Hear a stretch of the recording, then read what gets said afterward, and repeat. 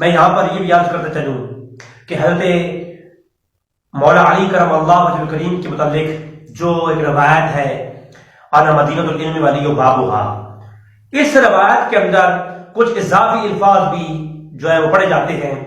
کہ حضرت ابو بکر صدیق رضی اللہ تعالیٰ عنہ وہ اس شہر کی جو مدینہ علم کا شہر ہے حضور کا، اس کی بنیادیں ہیں ابو بکر صدیق، اس کی دیواریں ہیں عمر فاروق، اس کی چھت ہے عثمان غنی، اور کچھ امیر معاویہ رضی اللہ تعالیٰ عنہ کو بھی بیچ میں لے آئے۔ تو یہ جناب میں ہاتھ جوڑ کے عرض کروں گا کہ ہمارے کچھ علماء اس کو زور سے پڑھتے ہیں ہمارے سٹیجوں پر۔ عالم کے لیے ضروری ہے کہ جب وہ کسی حدیث کو پیش کر رہا ہو تو اس کی صحت کے بارے میں علم ہونا ضروری ہے۔ وضو اور من گھڑت روایات جو ہے اس طرح پڑھ کر، وضو اور من گھڑت روایات جو ہے وہ اپنی خطبات کے اندر جو ہے وہ صرف ذوق بڑھانے کے لیے پڑھ کر کے اور اپنے جیبیں گرم کرنے کے لیے اس طرح کی روایات پڑھنا، میں کہتا ہوں کہ یہ علماء کی بہت بڑی کمزوری ہے۔ ہمارے عمر فیض صاحب بہت اچھے جو ہے وہ خطیب ہیں، بڑے اچھے عالم بھی ہیں، لیکن وہ اس روایت کو بڑے زور و شور سے پڑھتے ہیں۔ عمر فاروق اس کی جو ہے دیواریں ہیں چھت کی، اور اس کی بنیادیں ابو بکر صدیق ہیں، اور اس کی جو چھت ہے وہ عثمان غنی ہے، اور حضرت علی جو ہیں وہ اس شہر کی جو ہے وہ شہر کا دروازہ ہے۔ تو اس طرح کی جو روایات ہیں یہ من گھڑت روایات ہے جو جس میں اضافہ کیا گیا ہے۔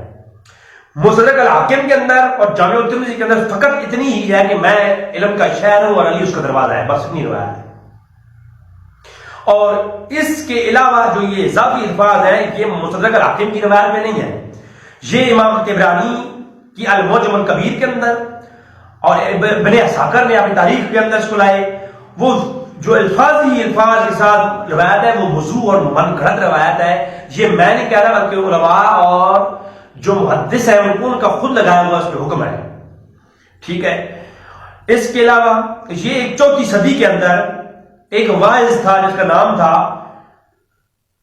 اسماعیل، نام تھا اس کا، ایک خطیب تھا، ایک واعظ تھا 4 صدی کے اندر، اس نے یہ الفاظ کہے اور امام ابن حجر اسقلانی نے لسان المیزان کے اندر اس پر جرح کرتے ہوئے کہا کہ یہ کذاب ابن کذاب ہے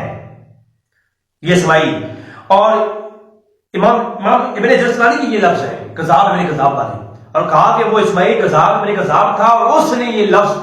جو ہے استعمال کیے کہ عثمان غنی جو ہے وہ چھت ہے اس شہر کی، اور فلاں امیر معاویہ فلاں ہے، اور عمر فاروق دیواریں ہیں، یہ سارے اس میں نہیں کھڑے ہیں۔ لہذا یہ ہمارے علماء کو چاہیے کہ جب کوئی روایت پیش کریں تو اس کی صحت کے بارے میں علم ہونا ضروری ہے، ٹھیک ہے۔ تو مصدق الحاکم کے اندر جو صحیح روایت ہے وہ فقط اتنی ہے کہ حضور نے فرمایا میں علم کا شہر ہوں اور علی اس کا دروازہ ہے۔